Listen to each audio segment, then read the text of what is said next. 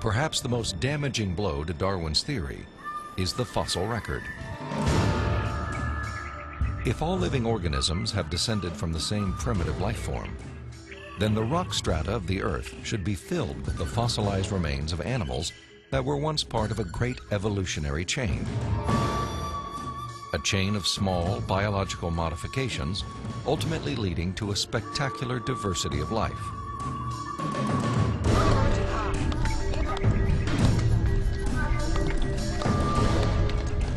Yet, after 2 centuries of research, highlighted by excavations in southern China, the multitude of transitional experiments, or missing links, that should exist are conspicuous only by their absence. The most graphic example of this void in the fossil record is a geological era known as the Cambrian explosion. The branching tree pattern of Darwin's theory is actually not seen anywhere in the fossil record unless we impose it with our own minds. So the Cambrian explosion is the most dramatic refutation of the tree of life. The Cambrian explosion of life was a dramatic episode in geological history.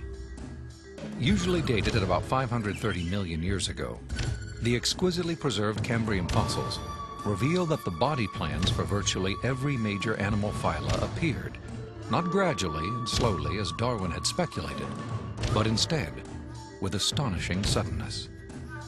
If we imagine the whole history of life on Earth taking place in one 24-hour period, the current standard estimates for the origin of life put it at about 3.8 billion years ago, let's say 4 billion.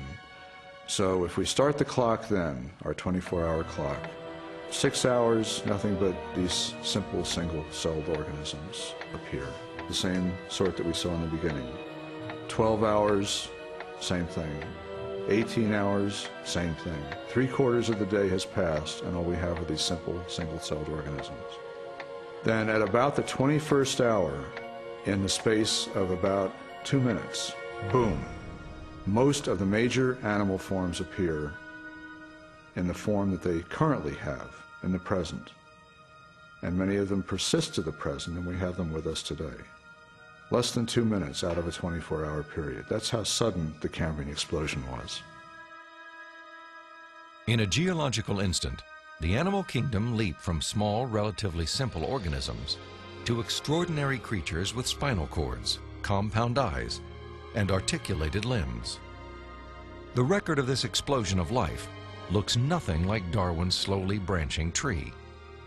Darwin's theory is that there's a tree of life, where you have one organism diverging into many other organisms and big differences appearing at the top. What we really see is from here up. This does not exist in the fossil record. If I were using a botanical illustration, it would be a lawn with separate blades of grass sprouting independently of each other. And those would be the phyla. Now within each phylum, there is subsequent diversification. But even there, I don't see the branches connecting that would make them a tree of life.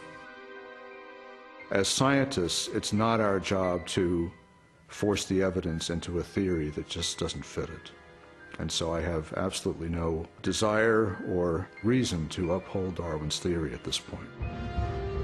I think what we're seeing today is a series of scientific discoveries that are opening the eyes of more and more scientists to say, wait a minute, I can no longer believe that pure naturalistic processes can account for the origin and diversity of life. There must be something else here. The challenges to Darwinian theory have led more than 600 scientists with PhDs from major universities throughout the world to sign a document titled A Scientific Dissent from Darwinism. It reads in part, "We are skeptical of the claims for the ability of random mutation and natural selection to account for the complexity of life." These are scientists with PhDs from Stanford and Berkeley and University of Chicago and Cambridge, major universities, who've looked hard and fast at the evidence and walked away saying, I am not convinced. Maybe there's another explanation.